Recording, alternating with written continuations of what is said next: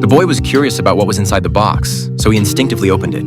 To his shock, it was filled to the brim with snakes. Startled, he immediately turned around and left, but in doing so, he forgot to lock the box. The next morning, he woke up to find the lawn outside the yard completely covered in snakes.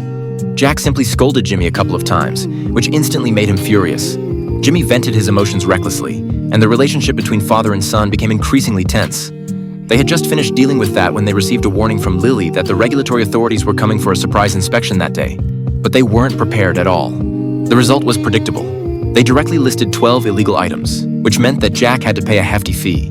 But by now, he had already spent all his savings and couldn't afford to complete all the subsequent construction. He vented his long-suppressed emotions by kicking over a wooden barrel, but the next second, he picked the barrel back up. Scarlett knew he hadn't chosen to give up because of this. But while Jack was still worried about what lay ahead, the black bear was actually wandering on the road. The man quickly called for help. If this kind of thing got out, the plan to rebuild the zoo would also vanish into thin air. He grabbed a hunting rifle and quickly searched for the black bear, who was currently basking in the sunlight. Faced with the man's armed approach, the black bear didn't show a brutal side. Instead, it slowly walked towards the man and swatted the hunting rifle hundreds of meters away with one paw. Then it let out a roar, splattering the man's face with saliva. Suddenly, a tranquilizer dart shot from far away, gradually putting the black bear to sleep. Fortunately, everything was fine. But the expert only did a simple examination of the black bear before maxing out the man's last credit card. That night, Jack was wearing a sweater his wife had bought him when he unexpectedly found a passbook inside. He didn't know the specific contents, so he found his brother, who had always worked at the bank. It turned out that Jack's wife had a sum of money saved before she passed away.